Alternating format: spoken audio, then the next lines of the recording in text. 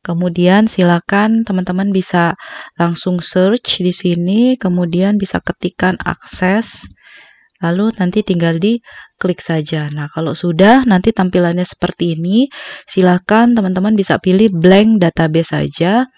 Nanti di sini kita akan diarahkan untuk mengisi file name-nya dari si database-nya.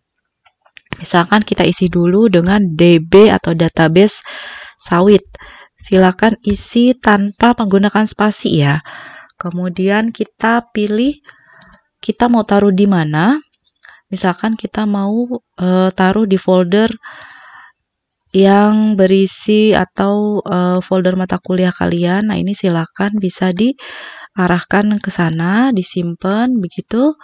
Nah, kalau saya mau simpan di mata kuliah aplikasi teknologi atau bisa di sistem informasi saja ya. Saya simpan di luar saja. Kemudian kita klik OK. Nah, kalau sudah diklik create-nya. Nah, kita sudah masuk ke tampilan dari user interface-nya dari si Microsoft Access ya. Di sini mungkin sudah ada pilihan file. Nah, file ini bisa untuk menyimpan, ada save as. Kemudian kita bisa pilih home. Nah, di home ini kita bisa lihat yang fungsi-fungsi atau menu-menu yang nanti kita bisa pilih. Yang pertama ini ada fungsi view, ada datasheet sama design view. Kalau kita mau membuat tabel, dua menu ini ya, nanti kita bisa pilih untuk datasheet view. Kalau misalkan kita sudah melakukan setting input datanya seperti apa, misalkan tipe datanya kita mau buat tipe data yang bentuknya currency kah, kemudian bentuknya date or time, itu kita akan buat di design view. Nanti kita akan coba.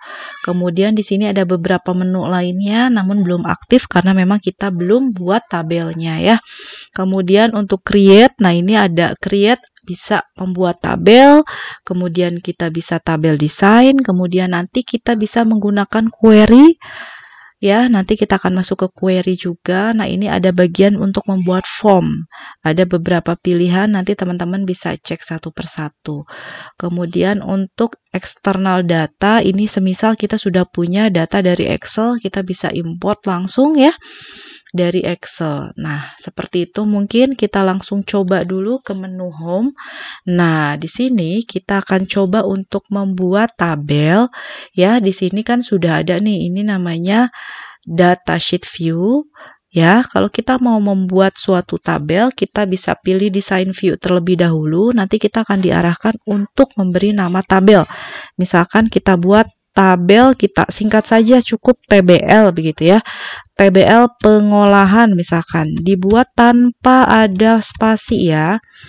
TBL pengolahan sawit kita okekan. Nah, nanti di sini akan muncul di sebelah kiri ada TBL pengolahan sawit. Nah, di sini kita tinggal inputkan. Misalkan yang kita perlukan apa? Kode unit. Misal ya, nanti kalian tolong sesuaikan dengan yang sudah ada di latihan. Kemudian misalkan ada lagi jumlah TBS. Oh iya, sebentar, ini kode unit. Tolong tidak dikasih spasi atau ini ya. Nah, kemudian nanti data type ini kalian bisa pilih. Ada short text, ada long text, ada number, ada large number, date or time, dan seterusnya.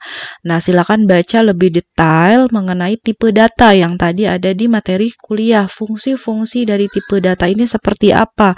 Kalau misalkan berupa teks, berarti misalkan teman-teman bisa long text begitu. Nah, ini kita bisa lihat, kita bisa atau kita diminta untuk mengubah primary keys. Kalau misalkan kita ubah menjadi dari auto number ya, misalkan kita ubah atau kita biarkan dulu menjadi dari auto number. Nah, kemudian di sini kita bisa cek jumlah TBS-nya. Untuk jumlah TBS misalkan kita buat dalam bentuk number. Ya, nah ini juga bisa kita cek, ada byte, integer, ada long integer gitu ya, ada bentuk desimal dan sebagainya. Kalau angka biasa cukup yang integer ya. Kemudian di sini ada format, decimal place. Di sini ada decimal place, bisa dicek mau 2 angka di belakang desimal atau yang lain-lainnya. Nah, ini yang sudah saya jelaskan di di sebelumnya. Nanti kalian bisa cek juga video penjelasan yang ke-1 dan yang kedua, bagaimana kalian bisa memilih dan menentukan jenis atau data tipenya ya. Nanti kalian silakan isi dengan field-field yang sudah ada di latihan yang sudah saya siapkan. Kalau sudah, kita cek ke data view. Oke, di save dulu. Kalau sudah di save, nanti kalian tinggal inputkan kode unit, misalkan apa tadi, TBS 00. Bentar.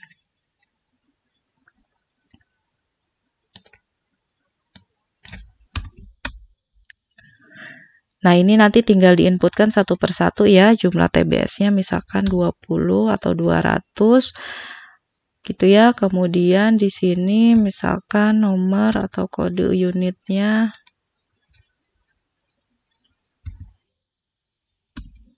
sebentar, ini kita pilih ke datasheet, kita ke design view. Misalkan kita ubah saja ke short text begitu ya. Kemudian kita ubah lagi ke datasheet, dia akan minta untuk diubah, kita baru bisa masukkan ya. Kita langsung enter. Nah, nanti ada TBS 002, kita masukkan, kita bisa pilih panah kiri atau enter. Ini saya inputnya suka-suka saya ya. Nanti kalian tolong sesuaikan dengan data yang sudah ada. Nah, nanti silakan isi dengan yang sudah ada atau yang sudah disiapkan di soal atau file latihan ya. Nanti kalian bisa tinggal modifikasi tabel, kemudian bisa membuat query. Nah, untuk modifikasi tabel kalian bisa menggunakan sort and filter, bisa menggunakan filter, ascending untuk mengurutkan data, descending dari A ke Z, ascending, Z ke A, descending.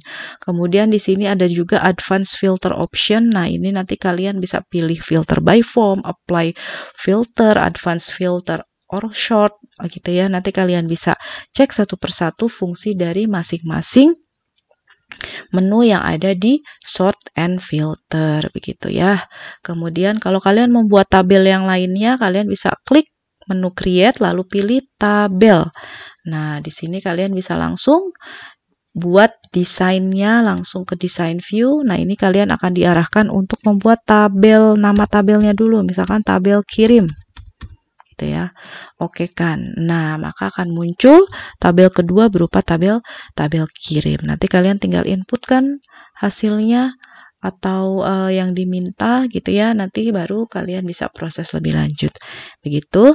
Kemudian setelah kalian coba, nanti silakan sesuaikan dengan assignment. Di sana sudah saya siapkan file berupa file Word. Silakan teman-teman buka file Word yang sudah saya lampirkan di assignment, lalu nanti tolong kerjakan dan baca dengan baik